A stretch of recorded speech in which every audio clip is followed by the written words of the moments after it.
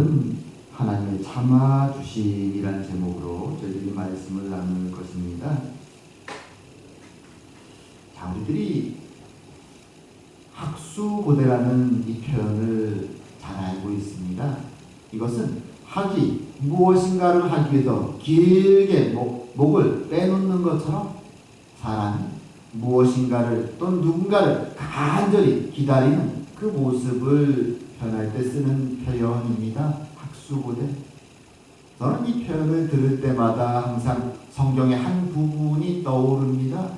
아마 여러분들도 그럴 경우가 있는데 저는 탕자의 이야기가 이 대목을 떠올릴 때마다 떠오릅니다. 비록 아버지의 집에서 재산을 가지고 아버지를 떠나서 아버지의 모든 것을 잊어버리고 그저 자신의 쾌락을 위해서 살아가는 아들이었지만 그 아들에 대한 걱정을 한시도 놓지 않고 언제 나의 아들이 돌아올까 학수고대하며 그를 걱정하면서 있었던 아버지의 모습. 사실 이 모습은 바로 하나님의 모습이죠. 저는 사실 제가 결혼 전이나 또는 어릴 때는 이 구절을 읽으면서 그 탕자의 이야기를 들으면서 그저 이성적으로 머릿속으로만 그래 그렇지 하나님이 그래 이렇게 부모처럼 자녀를 걱정하고 기다려주시지라고 생각했는데 제가 부모가 되고 아이들이 이제 커가면서 이 단어의 이 표현의 의미가 무엇인지를 더 깊이 알아가는 것 같습니다. 아이들이 좀 크면 걱정이 없어질 것 같은데 아이들이 성장해 갈수록 부모의 걱정은 더 많아지는 것이죠. 혹시 그 아이들에게 문제가 생기진 않을까? 참으로 하나님의 뜻 안에서 평화롭고 은혜의 삶을 잘 살면 좋을 것 같은데 나는 많은 걱정 속에 노심초사하고 학수고대하며 살아가는 마음, 그것이 부모의 마음이고 또한 우리를 향하신 하나님의 마음인 것입니다. 오늘 본문에는 그런 하나님의 마음이 표현되어 있습니다. 죄인이고 악한 자인 아합, 그리고 그의 회개하는 모습, 그리고 악해서 그를 심판해야만 되지만 그럼에도 불구하고 그 회개하는 모습에 또한 참아주시는 하나님의 모습들, 오늘 이런 모습들을 보면서 도대체 이 모습이 우리에게 무엇을 말씀하는가 생각해보는 시간을 갖기 원합니다. 참아주시는 하나님. 먼저 오늘에는 본문의 죄인 아합의 모습이, 특별히 그 회개하는 모습이 등장합니다. 아합은 어떤 사람입니까? 악한 왕이죠. 아마 이스라엘 전체 역사에서도 악한 왕들 몇 명 중에 속할 것입니다. 그리고 특이한 것은 북이스라엘 왕들 중에 아합처럼 이렇게 자세하게 이야기가 성경에 실려있는 왕도 드뭅니다. 어떤 면에서 아합은 참 연약한 자고 유혹에 넘어졌던 자고 그래서 정차로 악함에 넘어지고 멸망으로 가는 어떤 면에서 이 세상 사람들의 전형적인 모습을 보여주기 때문에 성경이 그의 이야기들을 자세하게 싣고 있지 않나 하는 생각을 합니다. 오늘 그 아합에게 이제 최종적인 하나님의 심판의 메시지가 전해집니다. 그 심판의 메시지의 이유가 이제 아합에게 죽음의 심판이 아합뿐만 아니라 그의 아내 이세벨과 온 아합의 가족에게 심판의 메시지가 선포되는데 그 이유를 하나님이 언급하십니다. 그것을 보게 되면 처음 아합의 죄의 시작은 이세벨의 충동, 이세벨의 유혹에서부터 시작했다 이렇게 표현합니다. 그런데 거기서 멈추지 않고 더 나아가서 아합은 자신은 악을 행하는 것을 팔았다 이렇게 오늘 본문은 말합니다. 악에게 자신을 팔았다. 마치 처음에 마약을 하는 이들이 처음엔 호기심에서 잠시 한 번만 하고 손을 대지만 나중에는 그곳에 깊이 중독되어 빠져버리는 것처럼 나중에 자신이 왜 무엇을 하고 있는지 의식하지도 못할 정도로 자신을 잃어버리는 것처럼, 그렇게 아합이 처음에는 아내 이세벨의 유혹에서 시작된 죄의 길이 이제는 자기 스스로가 죄의 자신을 팔아버리는 수준에까지 이르렀다. 하나님 그렇게 아합의 모습을 평가하십니다. 참으로 하나님 나라의 왕이었던 아합을 생각하면 안타까운 모습입니다. 하나님의 나라가 어떤 나라입니까? 하나님이 자신이 가장 귀한 것을 지불하시고 구속하신, 그렇죠? 값을 치르시고 구속하신 그의 나라가 하나님의 나라입니다. 그래서 하나님은 그의 나라를 향하여서 너희들은 나의 것이다, 나에게 속하였다 라고 말씀하시는데, 그 나라의 왕, 이제는 하나님 눈앞에 보시기에 악을 행하는 일에 자신을 팔았다라고 표현합니다. 팔았다라는 것은, 자신이 팔렸다라는 것은 노예처럼 되어버렸다는 것이죠. 노예처럼. 하나님이 구속하여 자유인으로 건져낸 자가 다시 죄의 노예가 되어버렸다라고 오늘 본문이 말하고 있는 것이죠. 그가 다름 아닌 하나님 나라 북이스라엘의 지도자 왕이었다라고 오늘 본문은 말하는 것입니다. 이것이 참으로 안타까운 일이죠. 오늘 아합은 엘리야가 자신 앞에 나타났을 때 엘리야를 향하여서 나의 대적자여 이렇게 말합니다. 내 원수다 이렇게 말하는 것이죠. 그런데 사실은 엘리야가 아합의 대적자가 된 것이 아니라 아합이 악을 행하며 하나님의 대적자의 위치에 선 것입니다. 그러기에 엘리야, 하나님의 대원자인 엘리야는 어쩔 수 없이 악의 길을 가는 아합을 향해서 하나님의 경고의 말씀과 심판의 말씀을 선포할 수밖에 없었던 것이죠. 그런데 아합은 여전히 그것을 깨닫지 못하고 자신의 문제를 깨닫지 못하고 엘리야를 향하여서 도리어 대적자라고 외치고 있는 것입니다. 참으로 아합에게 있어서 더 안타까운 것은 무엇인가? 그가 하나님의 은혜들을, 하나님의 능력들을 모르지 않다는 것입니다. 하지만 그 많은 것들에도 불구하고 그는 죄의 길에서 벗어나지 못하고 멸망의 길을 걸어가 이제 하나님으로부터 최종적으로 심판의 메시지를 듣고 있는 것입니다. 가장 비참한 죽음을 맞을 것이며 그 죄의 심판이 너희 모든 가족들에게 그 이전 여로보암과 바하사의 가족에 임했던 것처럼 임할 것이다. 너희 가족들 더 비참하게 심판이 임할 것이다 라는 말씀이 선포됩니다.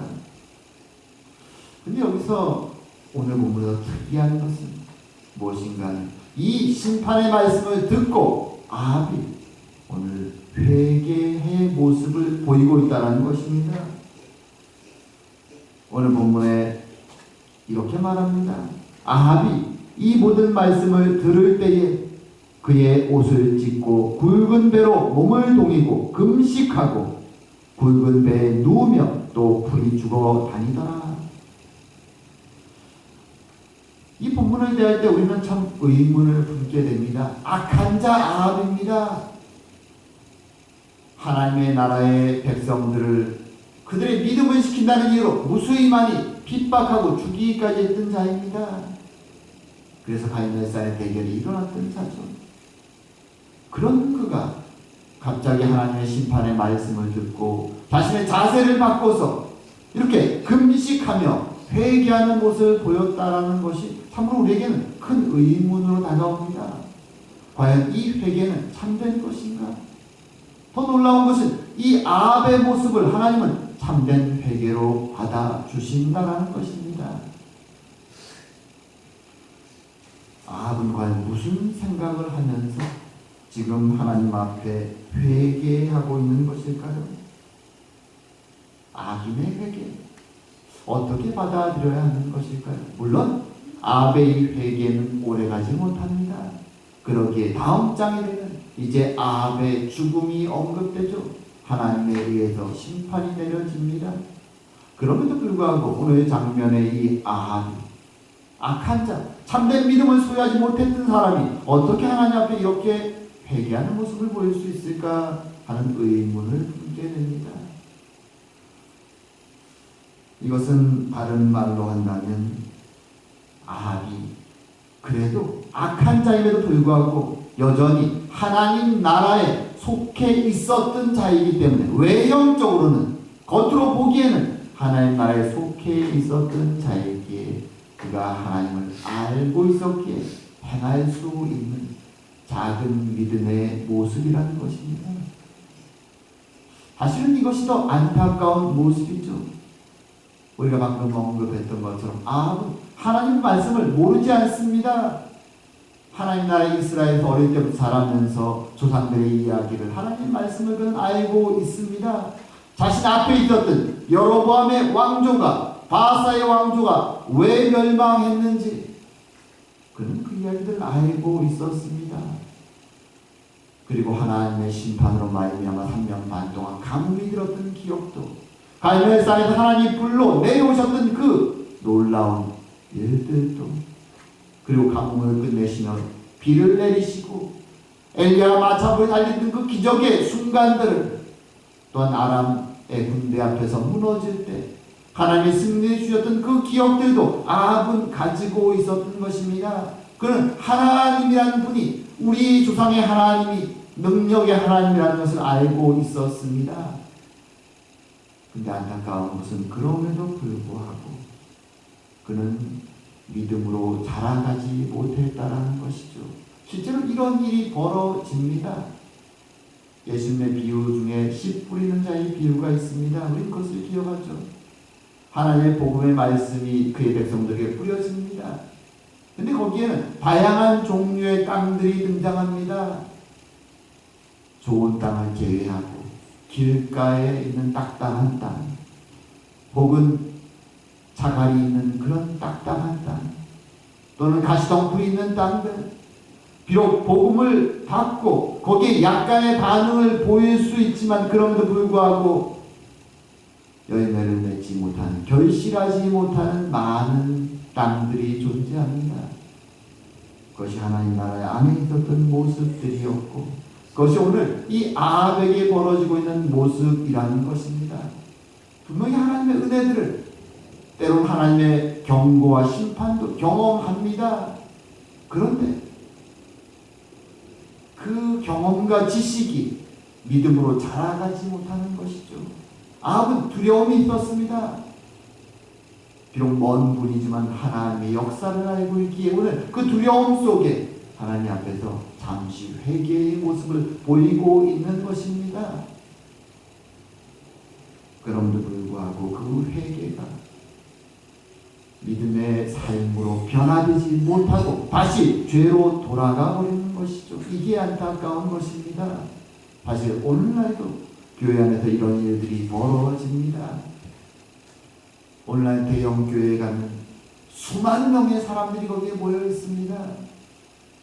그럼에도 불구하고 그 안에는 믿음으로 나오는 사람도 있지만 우리 주님이 비유 속에 안타깝게 얘기하셨던 자갈밭이나 가시덩굴이 있는 밭들도 있는 것이죠.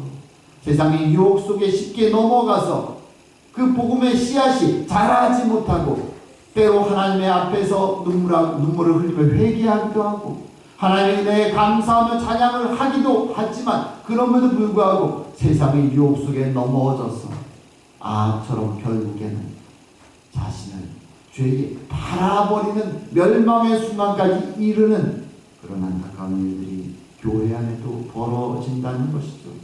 그는 교회의 목사일 수도 있고 장로일 수도 있고 지도자일 수도 있습니다. 누가 될 수도 있습니다. 성경을 많이 안다는 것이 그의 구원을 보장하지 못합니다. 우리는 겉으로 모릅니다. 누가 참된 믿음을 수치는 하지만 오늘 아합의 중심을 보시는 하나님은 그리고 그에게 심판을 내렸던 하나님은 우리들의 중심도 보고 계시다는 것입니다. 속일 수 없는 것입니다. 그러기에 오늘 아합의 모습 잠시 회개하지만 다시 죄로 돌아가 결국 예정된 심판을 맞이하는 비참한 죽음을 맞이하는 이스라엘의 왕이었던 아합의 모습은 우리들에게 하나님의 경고의 말씀을 전해주는 것입니다. 하나님 말씀해 주시는 것입니다. 나의 은혜를 보았느냐? 나의 경고를 보았느냐? 하나님이 누군지 알고 있느냐? 그렇다면 그 말씀에 순종하여 생명의 길로 나아오라고 하나님 이 말씀 속에서 전해주고 계시는 것입니다. 우리는 이 말씀을 통해 깨어나야 되는 것이죠. 끊임없이 우리를 유혹하고 우리를 넘어뜨리려고 하는 세상의 유혹 속에서 우리의 삶의 중심을 내가 아니라 나의 즐거움과 나의 유혹이 아니라 나의 기쁨이 아니라 하나님의 영광과 기쁨과 생명의 말씀을 나의 삶의 중심에 놓고 세상을 살아갈 수 있어야만 되는 것입니다. 오늘 본문 속에서 우리가 또 한 가지 의혹을 품게 되는 것은 무엇인가? 이런 아합의 모습. 비록 잠시 회개하지만 그럼에도 불구하고 다시 죄인의 길을 걸어가 결국 하나님이 예언하신 것처럼 멸망하게 될 이 아합의 모습을 알고 계심에도 불구하고 잠시 회개하는 그 아합의 회개 앞에서 그것을 회개로 받아주시고 참아주시며 이 멸망의 시기를 늦춰주시고 조금 더 시간을 기다려주시는 하나님의 모습은 무엇을 의미할까 하는 것입니다. 하나님은 공의의 하나님이죠. 죄인들을 벌하시고 의로운 자들을 구원하시는 분입니다. 성경은 66권이 그저 한 권 한 권 따로 쓰여진 것이 아니라 우리가 알듯이 성경을 들여보고 연구해보면 그것이 논리적이고 이성적으로 다 연결되는 것을 알고 있습니다. 그럴 때 우리는 그 이성적인 눈으로 오늘 본문을 볼 때 의문을 품게 되죠. 하나님은 결국 멸망할 자인 이 악한 아합의 모습을 알면서도 아합이 두려움 속에 무릎 꿇고 회개하는 이 잠시의 회개를 왜 받아주시는가? 왜 기다려주시는가? 왜 참아주시는가? 왜 아시는데도 그렇게 행하시는가? 우리는 논리적으로 볼 때 좀 이해가 안 될 때가 있습니다. 사실 우리는 성경을 보면서 성경이 논리적인 하나님의 메시지임을 알면도 불구하고 우리는 성경을 볼 때 또 한 가지 마음에 진열되는 생각이 있습니다. 그것은 하나님은 우리의 이성보다 우리의 논리보다 훨씬 더 크신 분이라는 사실입니다. 성경에는 그래서 우리가 우리의 이성으로는 다 이해되지 않는 하나님의 크신 면들이 나옵니다. 그 면 중에 하나가 하나님의 자비하심입니다. 죄인들을 향하신, 세상을 향하신 하나님의 자비하심입니다. 그래서 오늘 악한 자이지만 이 악한 자 아합에 대해서 참아주시고 자비를 보여주시는 것은 그가 아직은 그래도 하나님 나라 안에 있는 자이기 때문에 그렇습니다. 하나님은 비록 악한 자들, 멸망으로 할 자들이라 할지라도 하나님 안에 직분을 가지고 살아가는 자들에 대해서 특별한 관심을 가지고 계십니다. 그리고 비록 그가 구원으로 이르는 삶을 살지 못한다 할지라도 그가 돌아오시고 무릎 꿇는 것을 기뻐하시고 그를 향하여서 하나님의 자비를 베풀어 주시는 분이 바로 우리의 크신 하나님이신 것입니다. 심지어 하나님은 하나님 나라 밖에 있는 자들에 대해서도 자비의 마음을 가지고 계십니다. 그 대표적인 예가 요나와 니느웨 성의 이야기입니다. 요나가 이해를 못하죠. 하나님, 아니 이 약한 자들을 왜 구원해 주십니까? 다 멸망하시는 것이 옳지 않습니까? 왜 저를 보내서 그들을 변화시키려 하십니까? 요나는 처음부터 알고 있었습니다. 이 길이 무엇을 의미하는지, 왜 하나님이 자신을 보내려고 하는지. 그래서 처음부터 가지 않으려고 했고 마지막까지 불평을 쏟아내는 것이죠. 하지만 하나님은 요나에게 말씀하시죠. 너가 이 햇빛을 가진 이 작은 넝쿨 하나를 아꼈거든. 이 내성 안에는 좌우를 분별치 못하는 나의 백성들과 많은 짐승들이 있지 않냐. 너가 그 작은 박넝쿨 하나를 아끼는 것처럼 나의 자비와 사랑은 이 죄인들에게도 임하고 있다. 그것을 기억하라고 하나님 요나에게 말씀해 주셨습니다. 그렇게 하나님 나라 밖에 있는 자들을 향한 하나님의 자비와 관심이 있는데 여전히 죄를 범하고 살아갈지라도 하나님 나라의 안에 있는 자들에 대해서는 하나님은 더 큰 관심을 가지고 계신 것입니다. 그것이 성경에 사실 굉장히 여러 곳에 드러납니다. 우리는 아브라함의 자손 중에 선택되지 못하고 결국은 이스라엘의 대적의 길에 들어서게 되는 이스마엘, 하갈의 아들 이스마엘의 이야기를 알고 있습니다. 그는 비록 아브라함의 아들로 태어나지만 믿음의 길을 걸어가지 못합니다.